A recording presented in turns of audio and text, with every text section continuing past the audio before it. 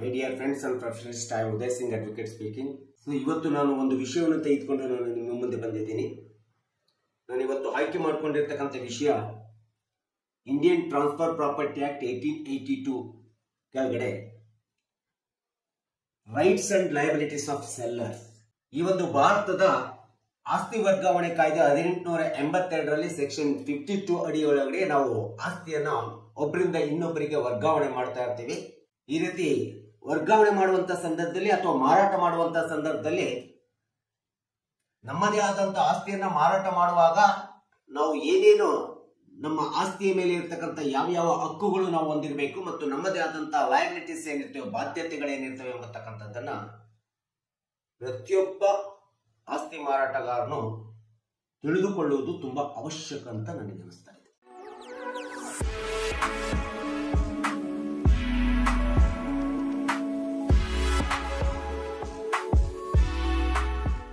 ಉದಾಹರಣೆಗೆ ಯಾವುದೇ ಒಂದು ನಿಮ್ಮ ಮನೆ ಇರ್ಬೋದು, ಪ್ಲಾಟ್ ಇರ್ಬೋದು, ಭೂಮಿ ಇರ್ಬೋದು, ನೀವು ಮಾರಾಟ ಮಾಡುವಂತ ಸಂದರ್ಭದಲ್ಲಿ ನಿಮ್ಮ ಆಸ್ತಿಯನ್ನು ಹೇಗೆ ಮಾರಾಟ ಮಾಡಬೇಕು, ಯಾವ ಕಾನೂನು ಬದ್ಧತೆಯ ಹಕ್ಕುಗಳಿದ್ದಾವೆ, ಯಾವ ಕಾನೂನು ಬದ್ಧತೆಯ ಬಾಧ್ಯತೆಗಳು ನಿಮಗೆ ಇದ್ದಾವೆ ಎಂಬತಕ್ಕಂಥದ್ದು ನೀವು ತಿಳ್ಕೊಂಡಿದ್ದಾಗ ನಿಮ್ಮ ಆಸ್ತಿ ಬಹಳ ಸಂರಕ್ಷಣೆಯಾಗಿ ಮಾರಾಟ ಆಗುತ್ತೆ ಮತ್ತು ಅದೇ ರೀತಿಯಾಗಿ ನಿಮಗೆ ನೀವು ಹಣವನ್ನ ಖರೀದಿದಾರನಿಂದ ಪಡ್ಕೊಳ್ಳಿಕ್ಕೆ ಸಾಧ್ಯ ಆಗುತ್ತೆ. ಸೊ ಯಾವುದೇ ಆಸ್ತಿಯನ್ನೇ ನೀವು ಅಗ್ರಿಮೆಂಟ್ ಮೂಲಕ ಮಾಡ್ಕೊಂಡಿರ್ಬೋದು, ಅಥವಾ ಕಾಂಟ್ರಾಕ್ಟ್ ಮೂಲಕ ಮಾಡಬಹುದು, ಅಥವಾ ಮಾರ್ಟ್ಗೇಜ್ ಮಾಡಬಹುದು, ಅಥವಾ ಸೇಲ್ ಡೀಡ್ ಮಾಡ್ಕೊಡ್ಬಹುದು. ಸೊ ಈ ರೀತಿ ಮಾರಾಟ ಮಾಡುವಂತ ಆಸ್ತಿ ಬಗ್ಗೆ ನಿಮ್ಮದೇ ಆದಂತ ನಿಯಮಗಳನ್ನ ಉಲ್ಲಂಘನೆ ಮಾಡದ ರೀತಿಯಲ್ಲಿ ನಿಮ್ಮ ಮಾಲೀಕತ್ವನ ಮತ್ತು ನಿಮ್ಮ ಹಕ್ಕುಗಳನ್ನ ಚಲಾಯಿಸುವಂತ ಒಂದು ವ್ಯವಸ್ಥೆಯನ್ನ, ನಿಯಮವನ್ನ, ಕಾನೂನುಗಳನ್ನ ನೀವು ತಿಳ್ಕೊಂಡಿರ್ಬೇಕಾಗುತ್ತೆ. ಒಂದು ಆಸ್ತಿಯನ್ನು ಉದಾಹರಣೆಗೆ ಒಂದು ಪ್ಲಾಟ್ ಅಥವಾ ಮನೆಯನ್ನು ನೀವು ಯಾರಿಗೋ ಒಬ್ಬರಿಗೆ ಬೇರೆಯವರಿಗೆ ಮಾರಾಟ ಮಾಡ್ತೀವಿ ಅಥವಾ ಸೇಲ್ ಡೀಡ್ ಮಾಡ್ತೀವಿ. ಸೇಲ್ ಡೀಡ್ ಮಾಡಿದ ತಕ್ಷಣ ಮಾರಾಟಗಾರ, ನೀವು ಮಾರಿದ ತಕ್ಷಣ ಖರೀದಿಗಾರನಿಂದ ನೀವೇನು ಒಪ್ಪಂದದ ಪ್ರಕಾರ, ಅಗ್ರಿಮೆಂಟ್ ಪ್ರಕಾರ ಅಥವಾ ನೀವು ಮಾಡಿಕೊಂಡಿರ್ತಕ್ಕಂಥ ಒಪ್ಪಂದದ ಪ್ರಕಾರ ಹಣವನ್ನ ತೆಗೆದುಕೊಳ್ಳುವಂತದ್ದು ಹಕ್ಕು ನಿಮಗೆ ಸ್ಪಷ್ಟವಾಗಿರ್ತದೆ. ಸೊ ಯಾವಾಗ ಖರೀದಿದಾರನು ಅಗ್ರಿಮೆಂಟ್ ಮಾಡ್ಕೊಂಡಿರ್ತಾನೆ ಅಥವಾ ಸೇಲ್ ಡೀಡ್ ಆಗಿರ್ತದೆ, ಹಣವನ್ನ ಕೊಡಬೇಕಾಗುತ್ತೆ. ಒಂದು ವೇಳೆ ಹಣವನ್ನು ಕೊಟ್ಟಾಗ ನಿಮ್ಮ ಆಸ್ತಿಯನ್ನು ಖರೀದಿ ಮಾಡಿಕೊಂಡು ಹಣವನ್ನು ಕೊಡಲು ವಿಫಲನಾದಂತ ಸಂದರ್ಭದಲ್ಲಿ ಸಹಜವಾಗಿ ನೀವು ನಿಯಮಗಳ ಪ್ರಕಾರ, ಕಾನೂನು ಪ್ರಕಾರ ನಿಮ್ಮ ಆಸ್ತಿಯನ್ನು ಮಾರಾಟ ಮಾಡಿದಾಗ ಆಗ ಮಾತ್ರ ನೀವು ಕಾನೂನು ಕ್ರಮ ಖರೀದಿದಾರನ ವಿರುದ್ಧ ಜರುಗಿಸಲು ಸಾಧ್ಯ ಆಗ್ತದೆ. ಒಂದು ವೇಳೆ ಮಾರಾಟದ ನಿಯಮಗಳ ಒಪ್ಪಂದ ಪೂರ್ಣಗೊಳ್ಳುವುದಕ್ಕಿಂತ ಮುಂಚಿತವಾಗಿ ನಿಮ್ಮ ಆಸ್ತಿಯ ಮಾರಾಟ, ಮನೆ, ಫ್ಲಾಟ್ ಅಥವಾ ಭೂಮಿ ಯಾವುದೇ ಮಾರಾಟ ಮಾಡುವ ಸಂದರ್ಭದಲ್ಲಿ ಮಾರಾಟ ಪೂರ್ಣಗೊಳ್ಳುವುದಕ್ಕಿಂತ ಮುಂಚಿತವಾಗಿ ಒಂದು ವೇಳೆ ಖರೀದಿದಾರನು ನಿಯಮಗಳನ್ನ ಒಪ್ಪದೇ ಇದ್ದು ವಿಫಲನಾದರೆ ಅಥವಾ ಆ ನಿಯಮಗಳನ್ನ ಪಾಲಿಸಲು ವಿಫಲನಾದಂತ ಸಂದರ್ಭದಲ್ಲಿ ನಿಮ್ಮ ಮಾರಾಟದ ಒಪ್ಪಂದದ ಪತ್ರವನ್ನ ಅಥವಾ ನಿಮ್ಮ ಮಾರಾಟದ ಒಂದು ವ್ಯವಹಾರವನ್ನ, ಪತ್ರಗಳನ್ನ ವಾಪಸ್ ಪಡೆದುಕೊಳ್ಳುವಂತ ಹಕ್ಕು ಸ್ಪಷ್ಟವಾಗಿ ಮಾರಾಟಗಾರನಿಗಿರ್ತದೆ. ಯಾವುದೇ ನೀವು ಪ್ಲಾಟ್ ಅನ್ನಾಗ್ಲಿ, ಮನೆಯಾಗ್ಲಿ, ಭೂಮಿಯನ್ನಾಗ್ಲಿ ಮಾರಾಟ ಮಾಡುವಂತ ಸಂದರ್ಭದಲ್ಲಿ ಮಾರಾಟಗಾರನು ತನ್ನ ಆಸ್ತಿಯ ಮೌಲ್ಯ ಇರ್ಬೋದು, ಅದರ ಬಳಕೆ ಇರ್ಬೋದು ಮತ್ತು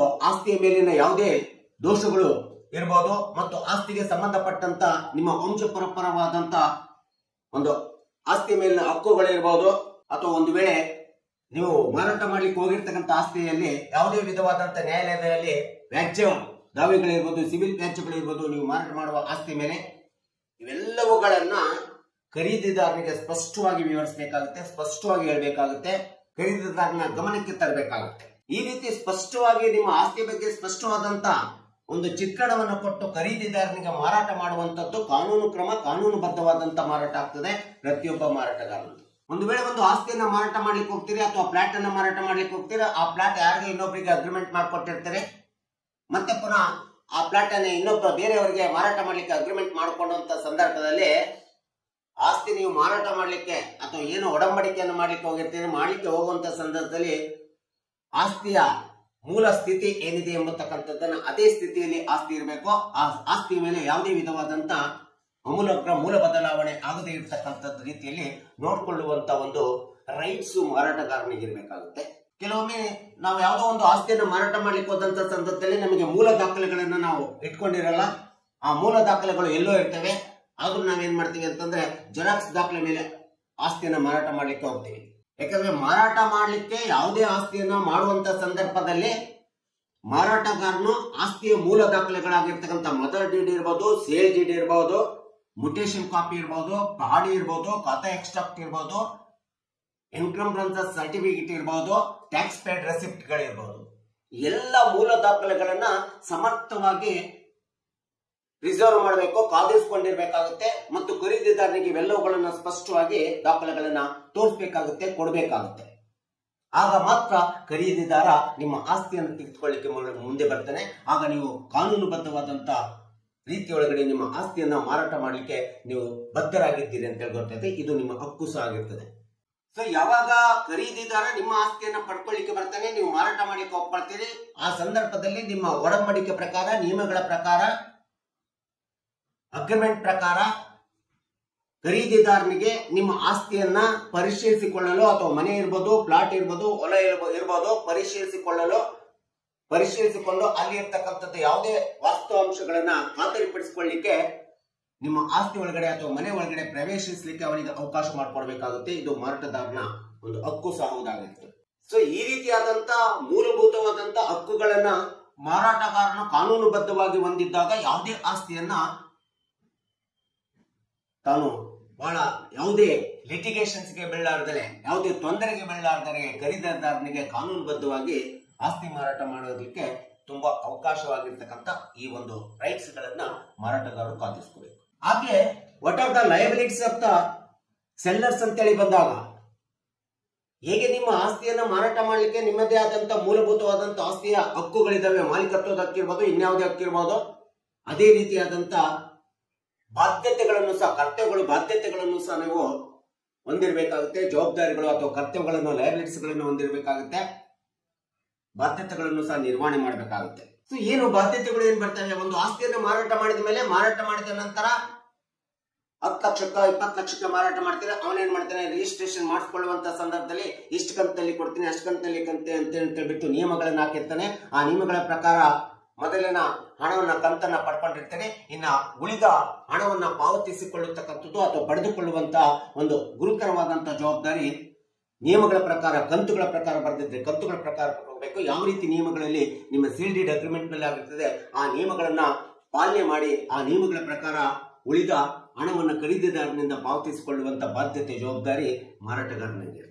ಸೊ ಈ ರೀತಿ ನೀವೇನ್ ಮಾಡ್ತೀರಿ, ಒಂದು ಆಸ್ತಿಯನ್ನು ಯಾವುದೋ ಒಂದು 5 ಲಕ್ಷಕ್ಕೆ ಕೊಟ್ಟಿರ್ತೀರಿ, ಮೊದಲು ಒಂದು 3 ಲಕ್ಷ ಪಡ್ಕೊಂಡಿರ್ತೀರಿ, ರಿಜಿಸ್ಟ್ರೇಷನ್ ಮಾಡ್ಕೊಟ್ಟಿರ್ತೀರಿ. ನಂತರ ಉಳಿದ 2 ಲಕ್ಷ ಕೊಡ್ಲಿಕ್ಕೆ ಖರೀದಿದಾರ ನಿಯಮಗಳನ್ನ ಉಲ್ಲಂಘನೆ ಮಾಡಿ ಆ ಒಂದು ಉಳಿದ ಹಣವನ್ನು ಪಾವತಿಸಲಿಕ್ಕೆ ಅವನೇನಾದ್ರೂ ವಿಫಲನಾದ ಎಂಬಂತ ಸಂದರ್ಭದಲ್ಲಿ ನೀವು ಮಾಡಿಕೊಂಡಿರುತ್ತ ಅಗ್ರಿಮೆಂಟ್ ಅಥವಾ ಸೇಲ್ ಡೀಡ್ ಪ್ರಕಾರ ಕಾನೂನು ಕ್ರಮವನ್ನು ಖರೀದಿದಾರನ ವಿರುದ್ಧ ತೆಗೆದುಕೊಳ್ಳುವಂತ ಒಂದು ಬಾಧ್ಯತೆ ಸಹ ನಿಮಗೆ ಇರ್ತದೆ.